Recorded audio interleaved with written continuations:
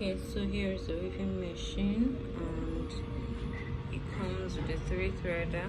It doesn't use a normal thread, it uses this thread, but let's just use this ones because the main thread is not available at the moment. So it has 3 tensions and it has 3 needles.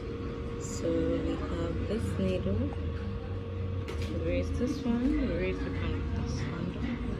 So you turn it from the handle.